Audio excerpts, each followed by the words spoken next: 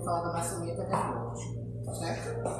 É muita coisa, mas a gente vai conversando aqui e aí chegamos a um denominador comum, certo? Eu começo com o Livro dos Espíritos, que é comum todos nós espíritas conhecer essa pergunta: qual é o tipo mais perfeito que Deus tem oferecido ao homem para lhe servir de guia e modelo? Todo espírita conhece a pergunta 605, porque é uma das respostas mais curtas de todo o Livro dos Espíritos, das 1019, que a resposta é pequenininha, que é Jesus. Então eu gostaria de começar falando sobre essa ideia de perfeito e essa ideia de melhor guia e modelo, porque passando as fases de sua vida, eu gostaria que vocês não esquecessem que ele é o tipo mais perfeito que Deus tem oferecido ao homem na Terra como guia e modelo. Quando eu digo Terra, é que algumas pessoas acham que Jesus é o mais perfeito do universo. Não temos como garantir nada. Existem outros como Jesus no universo inteiro, nessa infinidade de planetas, com esse mesmo perfil de evolução também. Certo? Então, comece já tirando essa ideia onde chamamos nosso querido mestre de divino. Eu gostaria que vocês pensassem divino como Kardec fala no Evangelho sobre realeza de Jesus. Onde realeza não vem de rei, mas a realeza de Jesus é comparando ele com a sua especificidade, com a sua ação única, que é o nosso rei moral, na questão, mas não de monarquia, certo? Aquelas imagens de Jesus no trono, não esqueçam isso, espíritas, por favor, não repitam isso. Do mesmo jeito que quando falamos de divino, estou falando de Deus, divino de divindade.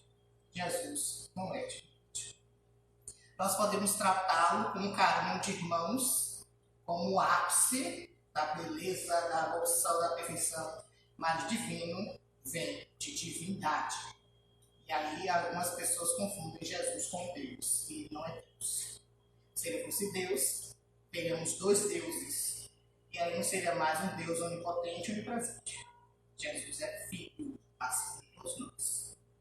Mas um filho perfeito no ápice da criação. Então podemos dizer que o Espírito Divino o animava, como está escrito ali, então podemos chamá-lo carinhosamente de divino. Mas não dizer Jesus, ele é divino porque ele é um Deus. Tem gente que ora para Jesus chamando de Deus. Não façam isso. Trate o irmão como irmão.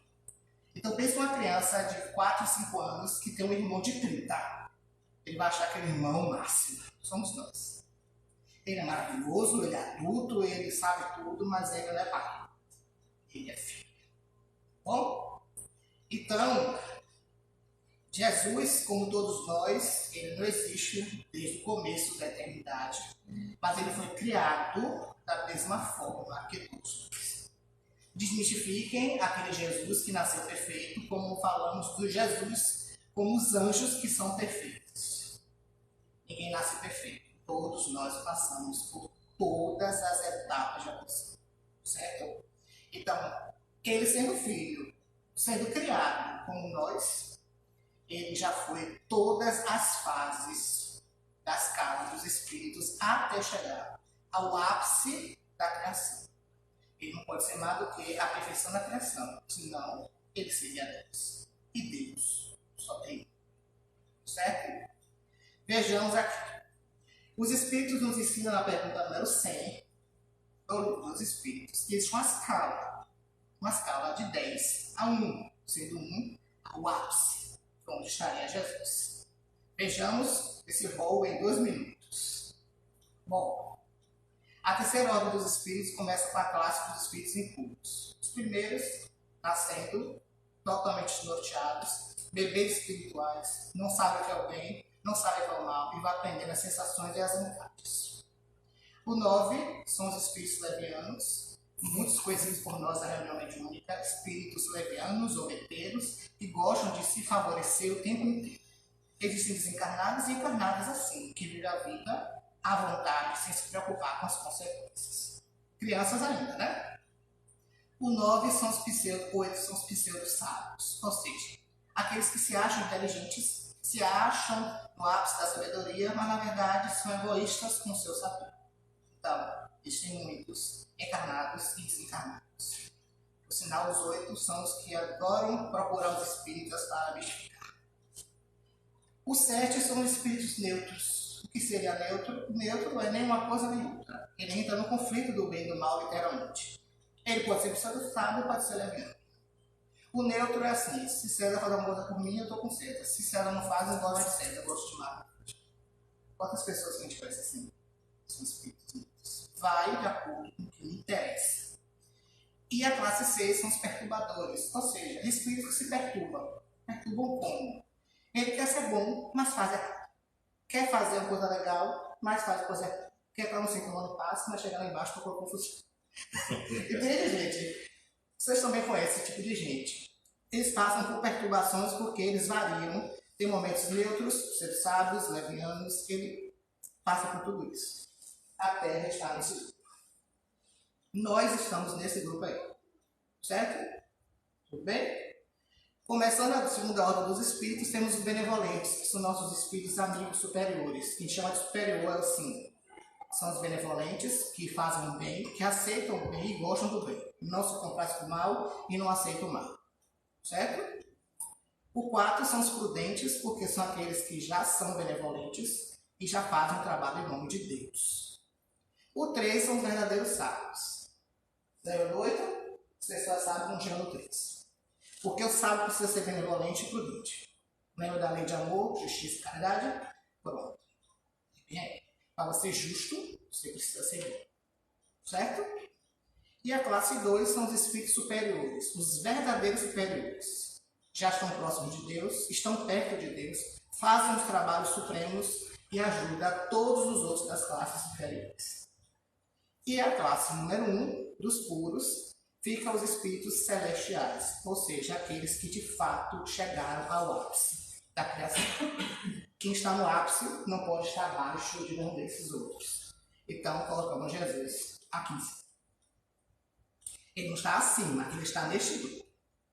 Agora, imagine você passar por todas essas atividades. Imagine você estar na escola, desde a primeira série até a faculdade, alguém diz assim: ó, vamos descer para a terceira série? Casa de novo? Vocês estão rindo, né? O amor do nosso irmão foi esse. Imagina, você está lá e você diz: eu vou para a sala de aula de novo, eu vou conviver com ele de novo, por amor. Lembre disso aqui, usando essa escala, subir a escadinha, que nosso irmão Jesus está ali, e quando eu começar a falar sobre isso, eu vou rápido para vocês já entenderem. Tá bom? Então, Jesus, quando o nosso planeta Terra estava no seu processo natural de formação, ele participou ativamente para que o nosso planeta fosse como ele é. No livro Evolução dos Mundos, nosso querido André Luiz nos traz essa informação com a psicografia de Chico Xavier, nos ensinando que Jesus, como os grandes sábios construtores, colaborou com Deus, nosso Pai, para que nosso planeta fosse desse jeito, bonitinho, azulzinho. Agora imagine, ele está aqui desde a construção da escola, e ele voltar para a sala de aula como aluno. Pense, não tem outro sentido se não for o amor que este ser celestial tem por nós. E eu volto, chamar de divino por carinho pode, mas não confunda. Este ser celestial, em nome do nosso Pai, conversando diretamente com ele, porque as criaturas, como ele, no ápice da criação, espíritos puros, estão próximos de Deus. Então lembre-se, Jesus é o co-criador desse planeta e é o nosso líder superior. Voltando ao que eu disse, nós temos 5 anos e ele tem mais de 30. Toda criança de 5 anos vai achar, além de ser velho, né? Ai, que velho, inteligente, né? Sabe tudo. Nesse caso ele sabe tudo mesmo, tá? O ápice do que sabe como criatura, sabe? Então, nosso querido governador, chamado Jesus, ele participou da formação da Terra, ele participou da organização dessas primeiras encarnações aqui, ele colaborou com o seu trabalho, com o seu serviço de amor. Ele, no momento certo que a Terra passou pela transição de mundos inferiores para a prova de expiações, ele recebeu os exilados de outros mundos e está aqui liderando todos nós rumo à perfeição. Grave o rumo, porque quando eu começar a falar da vida dele, as famosas tentações e tentativas de desvirtuar Jesus realmente chega a ser piada quando a gente aprende isso. Bom? Então a missão de encarnação do nosso querido mestre foi a maior prova de amor que o nosso planeta vai conhecer. Isso não tenha dúvida. Ele está entre nós, vir a estar conosco, é a prova de que o tal Messias falado pelos profetas, que foi esperado por mais ou menos 1000 anos, é a prova de que o Messias divino era dizer que o Filho de Deus mais próximo dele viria estar conosco. Então não tem dúvida, naquela época e hoje, não tem outro que estaria nessa posição tão sonhada dos profetas, que é o Messias. Então Jesus é Messias? Sim. Ele é Salvador? Sim. Ele salvou alguém? Cada um se salva. Bom? Então, quando pensamos, o verbo se fez carne. O verbo, falando português, das professoras e professores, o verbo é ação. É isso? A palavra que exprime ação. Então, o verbo, pensando na voz que tem ação, é a voz que está aqui o tempo inteiro. Entende? Jesus é o verbo. Jesus é a ação que está aqui o tempo inteiro. Já está. Mas aí vem o problema. O verbo foi feito carne e habitou entre nós. Em outras palavras, ele veio. Ele encarnou. Ele veio transmitir a palavra de Deus não pelo sopro, nem pelas vozes para os profetas, que provavelmente ele estava com todos esses, inclusive Moisés. Mas quem é que veio de fato trazer a palavra? Jesus. Então, como verdadeiro embaixador da terra, irmão querido, co-criador, que botou a mão na massa para construir o tesouro da escola, ele agora vai dar. Certo? E nós temos que ouvir. Certo? Então, quando falamos em encarnação de Jesus, eu queria lembrar a vocês, que eu vou começar a falar para cima dele, não fale reencarnação de Jesus, ele não reencarnou, ele encarnou. Reencarnar é vir com as vezes. Então, veja. Encarnar é o ato do Espírito tomar a carne, estar na carne, certo? Nascer na carne. E reencarnar é o Espírito voltar na carne no mesmo lugar que já estava, que é o nosso caso. Se ele encarnou uma vez só, ele nasceu aqui uma vez só, ele reencarnou, ele encarnou. Então, espíritas corrijam-se, não é reencarnação de Jesus, é reencarnação. Reencarnação somos nós que já estamos aqui umas 1000 vezes, caindo, errando, repetindo e fazendo de novo. Repetentes mesmo, que é o que nós somos. Ele não repete nada, né? Então, a única pessoa que reencarnou aqui uma vez foi ele. Ele vai voltar? Ele nunca foi embora. Entende? Não reproduzam isso também. Quando o verbo se fez carne, quando perdeu a carne, ele voltou a ser verbo. É isso. Então a voz que está agindo sobre a terra é ele até hoje. Então, por favor, corrijam-se também. Por outro lado, precisamos também reforçar quando ele diz que não veio, não vim destruir a lei. Eu vou repetir isso até o final hoje. Porque quando ele diz não vim destruir a lei, ele como um filho próximo de Deus. Classe 1, como vocês viram, você acha que ele ia errar uma coisa tão primária? Ele ia errar na lei divina do Pai? Vocês acham que vocês iam errar uma continha de somar? É o que aconteceu. Ele não ia errar uma continha tão básica, que é desfazer a lei do Pai. Então, tudo que ele fez foi com ordem do Pai, permitido pelo Pai e pedido como filho para o Pai. Bom? Então vamos falar sobre a questão da concepção do nosso mestre. Outra coisa interessante que algumas religiões esquecem é de falar dessa mulher chamada Maria. Alguns até desmerecem ela, mas não raciocinam como vamos fazer agora de novo. Imagine que Jesus, como aquele ser puro que vocês viram que estaria reencarnado, certo? Ele precisava encarnar, como todos, pela lei de reprodução, através de uma reprodução. É isso? Nascer no corpo através de uma mulher. Todos nós nascemos de mulher. É isso? Pronto. Então, temos que sempre agradecê-las por isso. Então, se ele era o puro, e aqui só tem classe baixa, teve que escolher uma pessoa, uma mulher, que pudesse gerir esse corpo. Essa pessoa era qualquer um? Seria o sucesso. Com certeza. Com certeza. Então, entre as encarnadas, no mundo atrasado como o nosso, Maria era a mais preparada e a mais evoluída para a missão. Evoluída. Então, provavelmente, ela é um espírito missionário, talvez até acima da classe 6, quando botou, um espírito benevolente que encarnou só para gerir isso. Entende?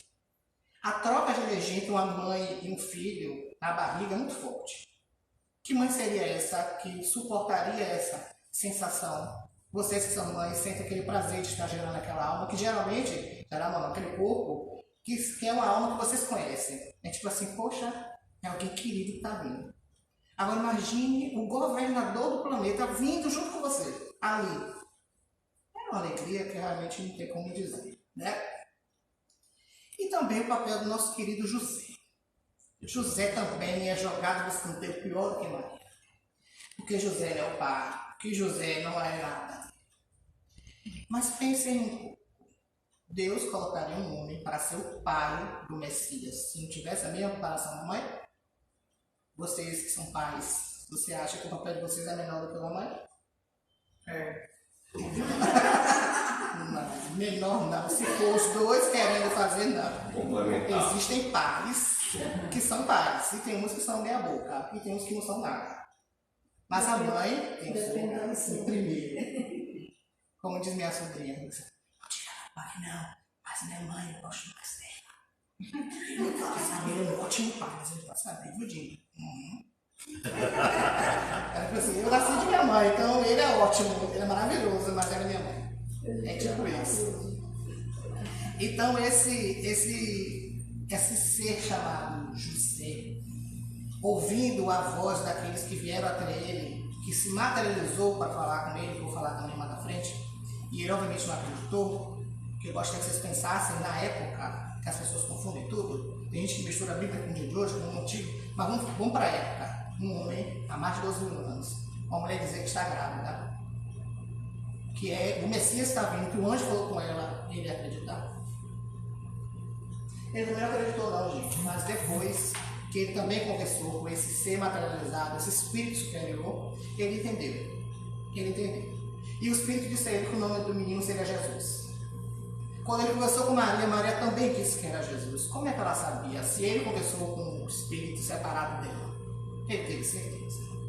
Então o carinho que esse homem tem por este menino que ia nascer é de pai. Não vamos questionar se ele sabe, se não é. Essa conversa eu acho tão desnecessária. Pai é quem cria, independente de qualquer situação. Ele foi pai? Foi. Porque os estudos dizem que as características físicas de José e de Jesus são parecidíssimas. Então, tem algum segredo aí que a gente não sabe. Provavelmente ele é pai. Foi de qualquer forma. Trocando de assunto, vamos falar sobre o momento do nascimento. Foi falado muitas vezes que Jesus não nasceu no dia 24. Importa? Para mim não mudou nada. Mas é pensar que se Jesus nasceu exatamente no momento que estava esperado, que Deus ordenou, é o que está certo. Os 3 reis magos foram lá para procurar essa luz que estava ali brilhando no céu. Essa luz existiu? Sim. Era uma estrela? Kardec nos explica que não necessariamente não. No livro A Gênese, os espíritos também ajudam ele a trazer essa contribuição que vem da revista espírita e vai para o livro A Gênese, dizendo que aquela luz irradiando provavelmente era o espírito em um processo de materialização luminosa, mostrando aos reis magos para não se perder. Um GPS celestial, uma coisa assim, desse nível. Para que eles soubessem que aquilo ali estava acontecendo, que soubessem que a criança estava precisando de ajuda. Porque pensem, essa estrela, astronomicamente falando, não tem registro que aquela estrela brilhou ali. Não tem registro. Mas ela brilhou. Está escrito em todos os lugares. Foi visto, foi catalogado. Mas cadê essa estrela? Quem é ela? Uma alma boa que trouxe isso. Repensem também. Então, esse espírito aparecendo de forma luminosa, transformando a parte do seu fluido perispirítico em foco luminoso, é a comprovação espírita do assunto. Então, vejamos. O que seria isso? Todos nós temos um perispírito. Perispírito este, que faz a nossa conexão entre o corpo, que é emprestado, e que está conosco, o espírito. Perispírito e espírito formam a água. O perispírito que dessa forma uma noite que nós temos. E a partir dele que o corpo também vai se moldar. As propriedades dos perispíritos são muitas, mas eu vou deixar aqui em vermelho a visibilidade, porque eu já estou adiantando o assunto, que eu vou falar mais à frente. Mas que vocês façam uma aulinha rápida de livro dos espíritos comigo. Vejamos. O perispírito ele tem plasticidade. Plasticidade é de plasticidade, certo? Densidade, peso, certo? Penetrabilidade, atravessar o que está abaixo da sua, a maior que a sua densidade. O espírito aqui licenciado, a parede é densa, ele atravessa porque ele tem possibilidade. Visibilidade, que foi o que o espírito fez, ele pode mostrar-se invisibilidade, mostrar-se visível, um efeito de aparição, agir ou luminoso. Sensibilidade, o que a gente sente, e ele também sente. O que sente-se no corpo, deve for sente no perispírito. Bicorporeidade, de 2. Parece estar virando 2, mas é uma extensão perispiritual, que dá a intenção de ser 2. E dos médicos, viu, gente? Imutabilidade, de ser mutável. Mutável, de mudar. Esses são vários, a lista maior, tá? Mas considerando esses, vocês vão ver aí, confirmando que a tal estrela, provavelmente, um bom espírito, indicando a chegada do Messias. Se uma criança, a gente sabe que ele é bem cuidada, você acha que o Messias encarnado não tinha filhos cuidando dele? Mas foi o momento mais vulnerável de bebê? Vamos ser racionais, né? Então, essa luminosidade desse espírito, trazendo menor densidade, menor peso, mas luminosidade, trouxe a imagem necessária. Isso é o que eu estou dizendo, que o Kardec disse. Viu? Dessas coisas eu trago gente grande para confirmar. A não ser que foi eu que falei nada. Certo? Então, o nascimento do nosso mestre é uma das histórias mais bonitas da galáxia. Eu não tenho dúvida. Primeiro, a história de amor dele encarnar no meio de nós, atrasados. Segundo, que ele veio fazer o amor acontecer. Ele trouxe a proposta do nosso pai. Ele disse, a rotina é dele, não minha. Eu falo por ele. Certo? E o Natal vem de natalidade, de nascer. Então, se o Natal é 24 de dezembro, se é 6 de janeiro, como eles acham que é o dia dos Reis Magos, tem sentido. Se os Reis Magos é dia 6, por que o Natal não é dia 6? A gente sabe que a mistura pagã do solstício de verão, que é exatamente o final de dezembro, dá a intenção do dia mais quente e mais luminoso do ano, formando a ideia do Belém. Depois que Jesus nasce, as grandes ameaças. Que ameaças são essas? Queriam matar a criança, a tal Messias que tinha nascido. E José começou a sonhar muito. Temos essa passagem bíblica, que também está no livro da Gênesis, vocês podem ver de idade. Imaginou? Vamos dizer a verdade? Orbe de maus espíritos ali? Sim ou com certeza? Com certeza, né? Querendo destruir. Se uma casa como essa aqui é atacada, imagine Jesus, coitado. Está vulnerável, belezinha. Com certeza. Então, absoluta. Então, fugir para o Egito, o Espírito conversou com José e eles fugiram para o Egito.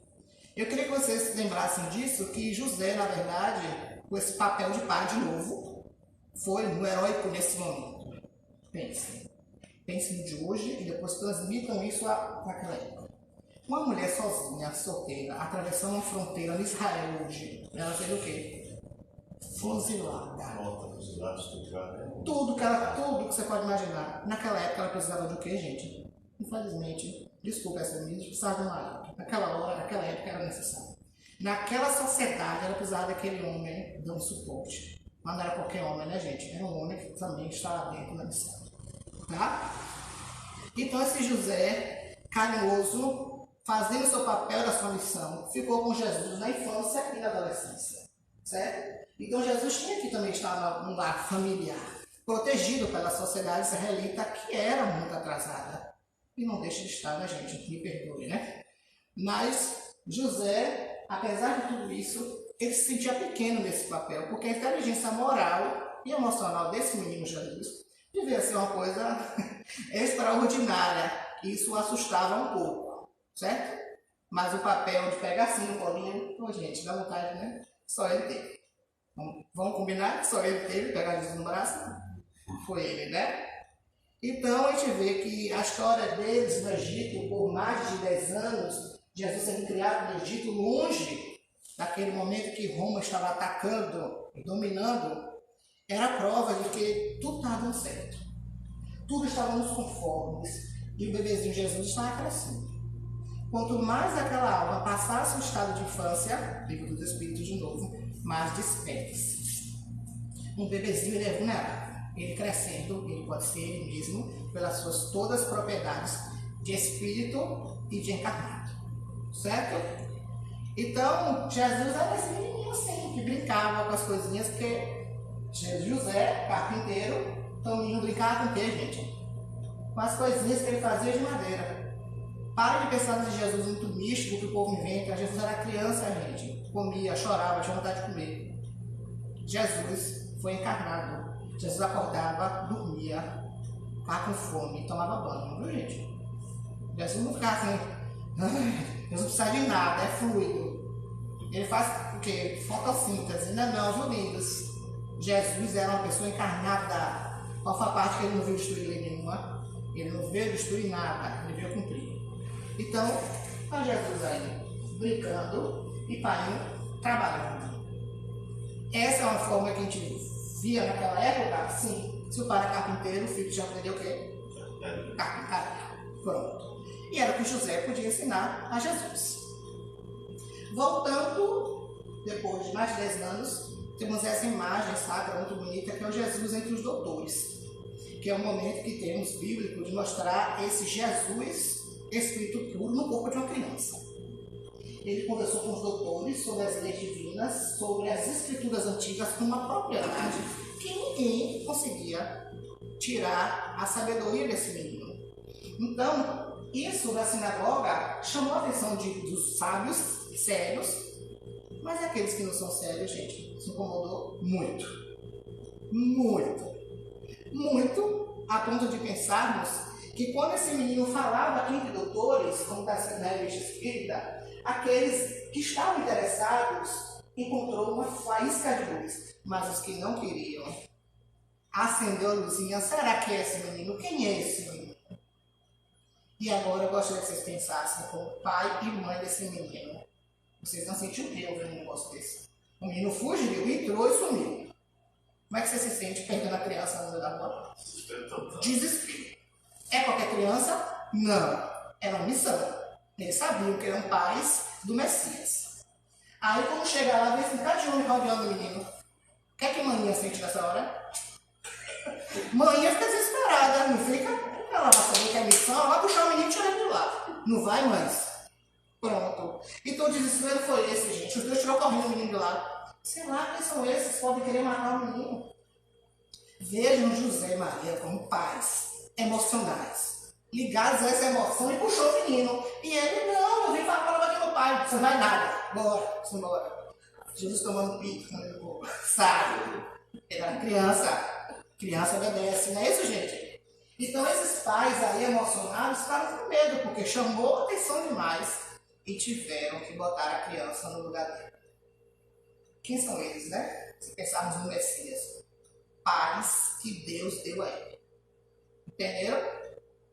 Então, esses pais que se surpreendiam, por exemplo, numa vez, esses filhos falando com eles com uma propriedade infinita. Você consegue imaginar isso numa mesa de Deus aprendendo com esse filho? E pensemos um pouco. Nós aprendemos com os filhos? Muito. Tem filho que senta para conversar e você fala, meu Deus, esse menino tirou assim, da onde? Não foi eu que ensinei a ele. É o que José sentia. Foi eu que ensinei? Não. É a prova de que ele é o Messias. Quem deu a ele essa inteligência? Esse conhecimento que não foi eu, que não foi a mãe dele. Pronto. Então, Jesus aprendeu com um bom menino a carpintaria de papai. Não é isso? Papai ensinou a ele tudo isso. Papai ensinou a ele as técnicas de trabalhar com madeira. Jesus era carpinteiro, provavelmente se exerceu, não sabemos. Mas ele sabia trabalhar? Sim. Um pai se ensina ao filho. Naquela época era assim que se pensava. Era assim que se agia. Então, desde pequenininho, eu lá brincando, segurando o pá. Não é assim, gente. As pessoas são mais velhas do que eu. Pá, não igual o pequenininho fazer isso, gente. Manhã, se dava logo cedo. Hoje não pode, né? Mas naquela época não podia, gente. Podia. E era assim que ele aprendia. Eu queria dar a reviravolta, que a partir de agora vai reviravolta, que é a morte de José. Eu queria dizer a vocês que isso marcou também esse processo encarnatório de Jesus. Marcou, não que Jesus ficou abalado com isso, que ele tinha a certeza da vida futura. Mas a morte de José foi um indício que as coisas iam mudar. Mais uma vez, voltamos para a sociedade daquela época. Quando um pai morre, quem assume a casa? É isso. Não se esqueçam disso não, viu, gente?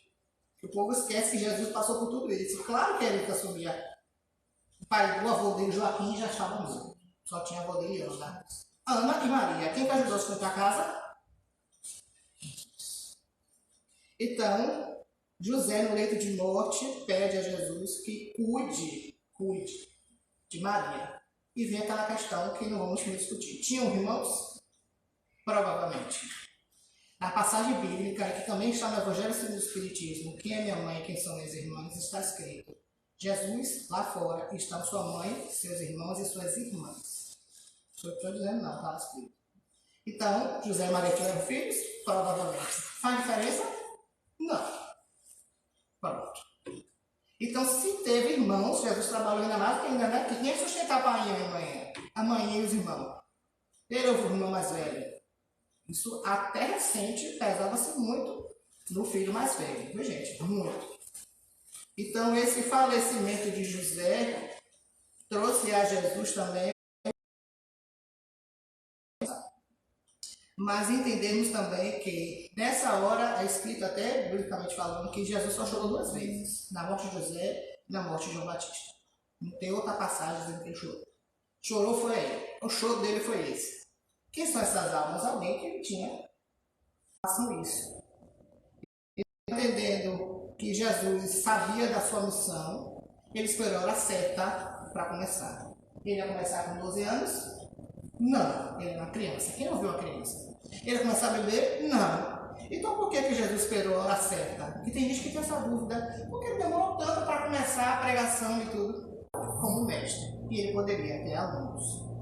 Então, se ele tivesse começado antes, ele não teria sido respeitado porque ele era muito jovem. Isso acontece em muitos lugares, né, gente? Uma pessoa menos de 30 falando, até na casa espírita, não sei não pode estar errando. É aquela coisa nossa, né, de achar que é muito jovem e não sabe o que está dizendo. Então, Jesus esperou a hora certa, inclusive, herdeiro quem ficou com tudo, ninguém ficou com nada. O que Jesus ensinou foi espalhado nos evangelhos, que é a demonstração que temos até hoje do que foi escrito. Não é isso? Então Jesus, quando começou mesmo, depois dos 30, podemos considerar aqui 4 partes. Primeiras pregações dele, as curas, os milagres e as profecias. Deixo a milagres e curas em aberto, que eu vou falar sobre daqui a pouco. Tá? Aberto, porque a palavra também espírita, por favor, não replica de milagre. Certo? Bom? O que eu posso dizer é que o método de ensino de Jesus era realmente, até hoje, nós lemos no Evangelho nosso, o Espiritismo, com citações bíblicas, e ficamos, meu Deus, agora eu entendi melhor. Ele tinha um jeito de ensinar, uma narrativa de ensinar, que era realmente muito específico, de uma alma muito sábia. Quando nós entendemos pouco, entendemos o pouco. Quando estudamos mais, aprendemos mais, entendemos mais. É incrível. Fica muito bem entendido pelo nível intelectual de conhecimento de cada um. Mas todo mundo consegue entender, do seu jeito e da sua forma. Então o método do nosso querido Mestre Jesus era explicar muitas verdades de forma muito simples. Então a parábola que ele usava, por exemplo, termos da agricultura, que era do povo da época. Ele usava termos que eram normais do dia a dia daquelas pessoas. Ele não fazia nada fora do padrão, não. Ele trazia histórias, parábolas, com formas que as pessoas pudessem entender e automaticamente fazer as suas reflexões. Então, quando ele falava em público, como a gente conhece, era porque a sua ideia não era ser um mestre fechado da sinagoga. Era uma pessoa que queria falar para todos, sem distinção. Então, Jesus nos trouxe vários exemplos, que alguns são usados até no seu espírita. Jesus fazia para contar parábolas, são os nossos evangelizadores, né, contando para nossas crianças. Jesus fazia palestras públicas, né, que é hoje a nossa doutrinária, de segue Jesus, né? Ele fazia conversas e debates com as pessoas, então Jesus também fazia o que a gente faz nos seminários, encontros, né? O ensino particular, quando ele conversava com os apóstolos, particularmente, então seria nosso estudo aqui, fechado da casa. Então ele incentivava o aprendizado coletivo e individual o tempo inteiro. E Jesus dava aula prática para a gente. Quando ele começava a fazer os processos de cura, ele levava os apóstolos e ensinava eles a fazer. Maravilha, né? Usava tudo que era possível. Então, eu queria falar rapidamente das curas e milagres, porque eu tenho pouco tempo agora, para a gente ir fechando um pouco dessa parte da vida de Jesus, para chegar no momento final da morte. Porque realmente é muito urgente. Eu tô tentando, porque o tema, né, é maravilhoso, mas é longo. Então, vamos falar dessas curas, né? Nós aprendemos no Espiritismo que Deus não faz milagres. Isso pode chamar a atenção de outras crenças religiosas. Porque se pensamos que Deus, ele é o único, onipotente e onipresente, Deus não é injusto, todos são filhos de Deus. Esse, por sermos filhos, ele pode valorizar um e não o outro. Se ele é justo e é como ele faria a diferença, ele não faz. Então por que na hora do milagre ele vai fazer um milagre na vida de um e não na vida do outro? Isso desqualificaria o nosso Pai, deixando claro que ele não seria exatamente misericordioso e nem justo, destruindo os atributos básicos que conhecemos do nosso Divino Pai. Então, se Deus não faz nada de inútil e não faz nada específico, então Deus não faz milagre. O que acontece é porque está dentro da sua lei, certo? Então, se Deus não faz milagre, Jesus faz milagre? Não. Então, não chama mais de milagre. O que ele fez está dentro da lei. Lembra quando eu disse no começo? Eu não vim destruir a lei? Entendeu, espíritas? Que eu estou falando no olhar espírita, que não é replicar aqui, vocês ficarem pensando nas coisas que a gente já tem aí escrito e que nosso olhar tem que ser para frente. Tipo, ser a revelação. Bom. Então eu trouxe um pouquinho assim do capítulo 15 da Gênesis. Quem quiser estudar, vocês podem procurar o livro, podem perguntar aqui o pessoal, César está aqui, o Lafite, o pessoal está aqui para tirar dúvida de vocês, caso vocês queiram. Certo? Caso. Bom, então eu vou seguir um pouco esse raciocínio lógico de Jesus como um símbolo de espírito puro, na perfeição, mas que estava encarnado e que em nenhum momento destruiu a lei. Certo? Então bora junto. A pesca milagrosa. Todo mundo conhece essa? Jesus estava ali e os apóstolos disseram que não tinha nenhum peixe no mar. E a história diz que Jesus entra no barco, junto com eles, e quando ele está dentro do barco, ele diz, joga ali. E apareceram muitos peixes. Isso foi milagre, gente.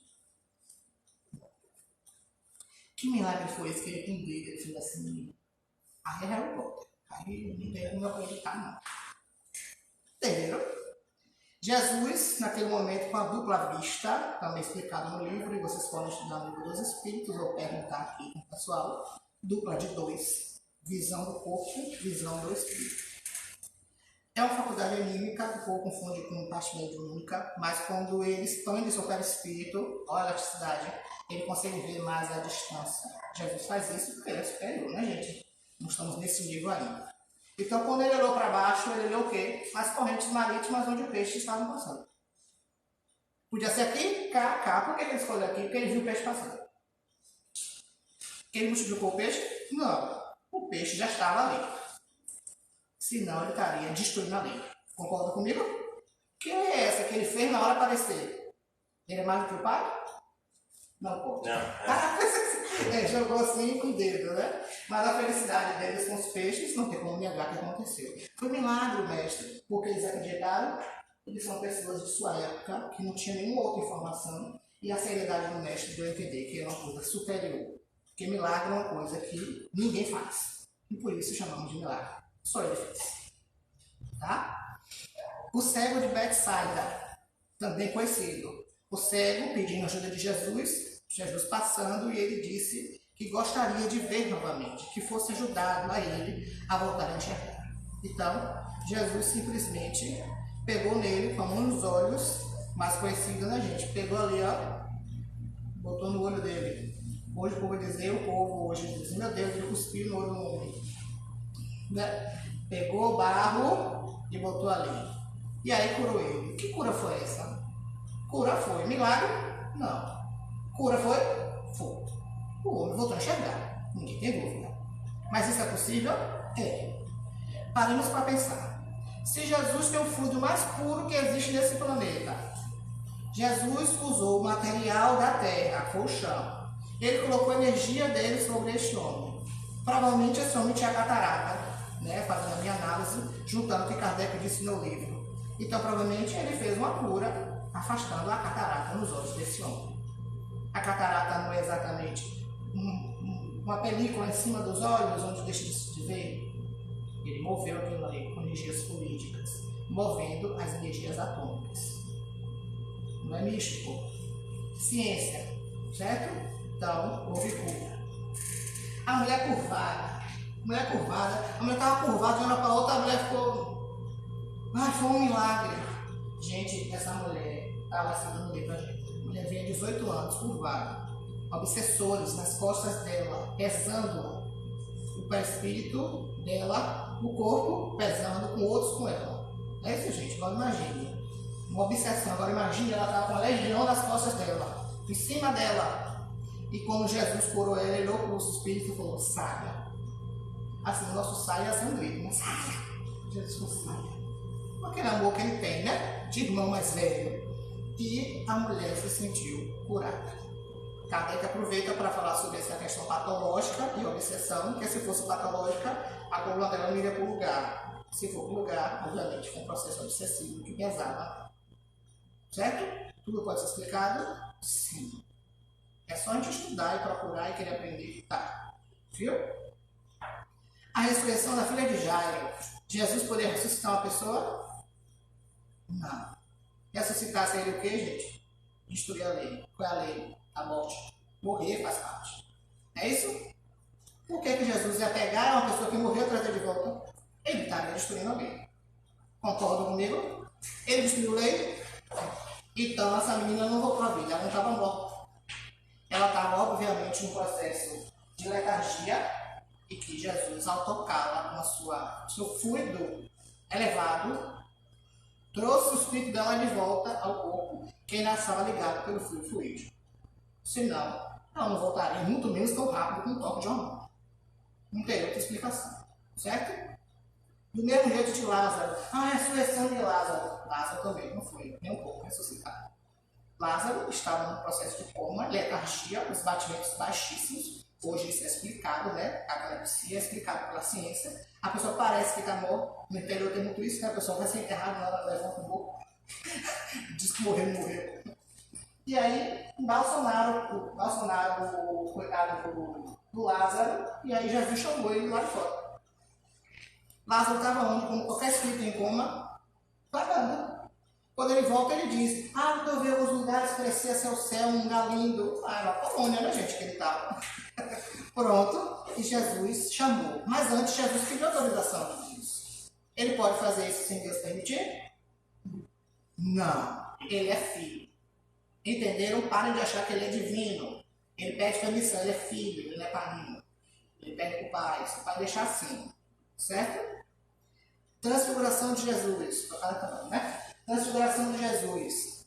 É uma parte de, é um milagre. Como é que aparece o espírito ali de Moisés? Moisés e Elias do lado de Jesus. E era uma luz tão alva, tão branca. Assim está sendo Bíblia, né?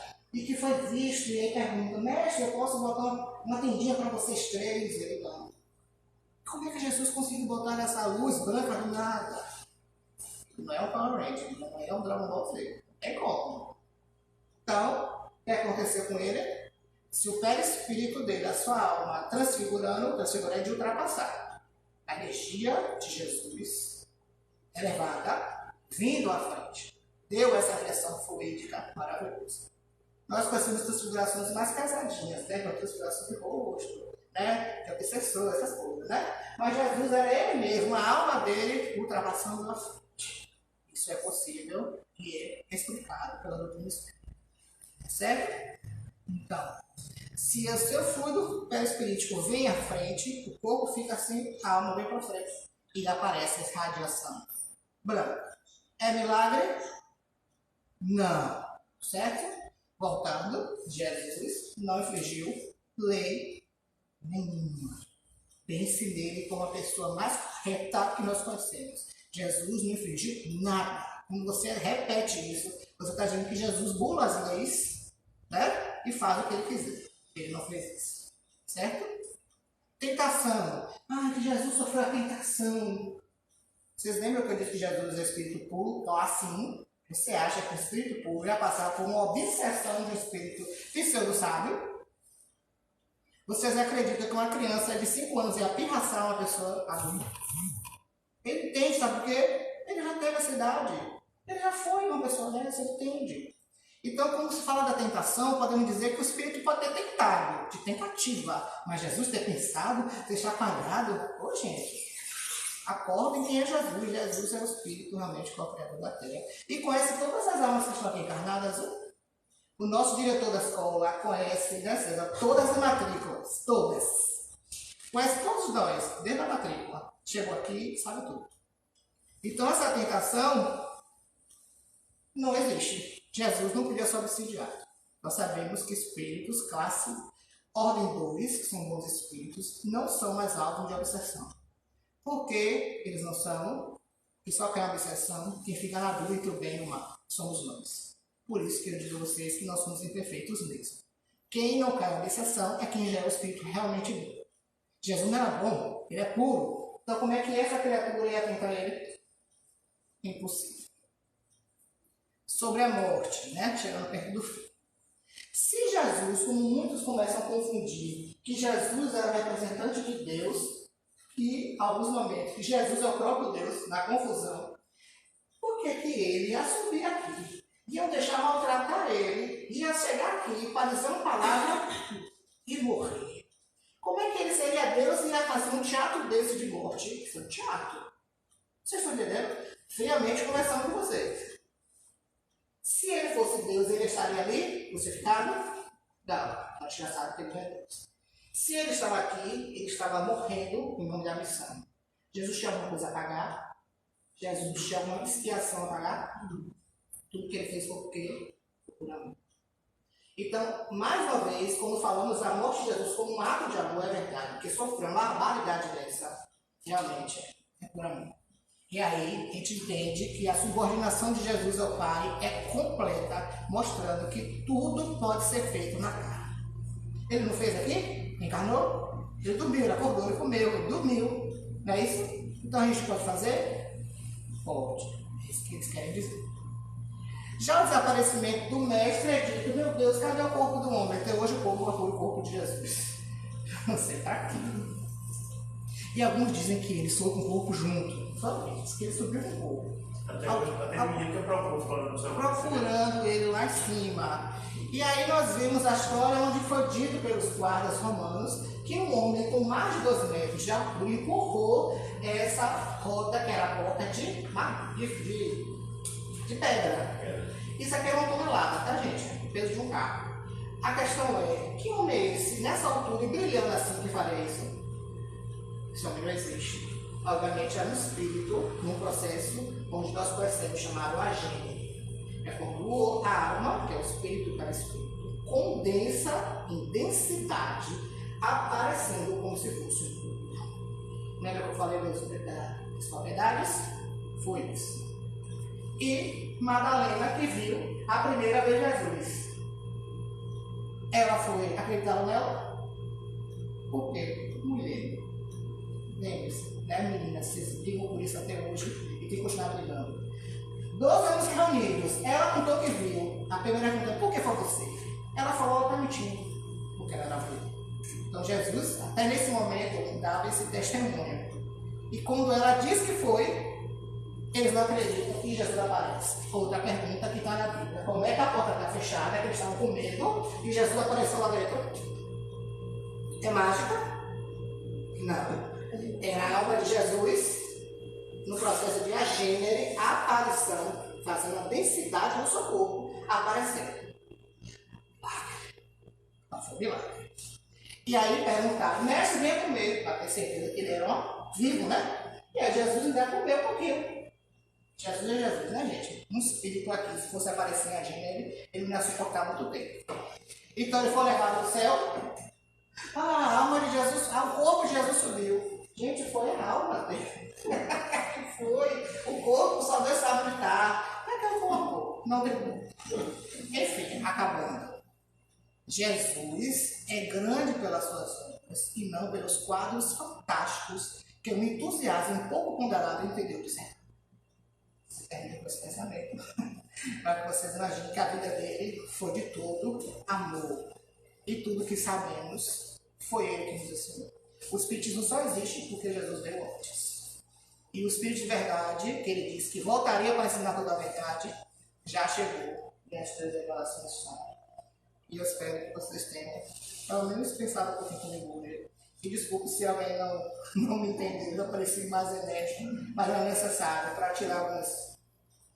Então eu usei o Livro dos Espíritos, o livro A Gênese, o Evangelho segundo o Espiritismo. Aqui também tem na casa, se vocês quiserem procurar, tem na biblioteca, tem para ler. Né, gente? Fiquem à vontade para estudar mais sobre isso, tá? Tudo que eu usei está aí. Tem aqui um leitor Moraes ali, que a cada 15 dias pega o livro e leva. Aquele rapaz de boné, ninguém tá Então ele vai levar, aquele é isso. Livro das Póstumas tem um estudo sobre o Cristo bem robusto. Pode pegar também, a Revista Espírita de 62 tem um estudo sobre essa questão. E como eu sou um fã de André Luiz, eu usei esses dois livros também. Somente o último capítulo do Mecanismo da Mediunidade é sobre Jesus. Jesus tinha mediunidade. E é isso. E desculpa, eu passei. Bom, gente, vamos para a segunda etapa. Né? Agradecer ao nosso irmão Pedro mais uma vez. Obrigado, gente. Por favor, meus irmãos passistas, sim, por gentileza, a mudança de despedir dos nossos irmãos aqui internautas.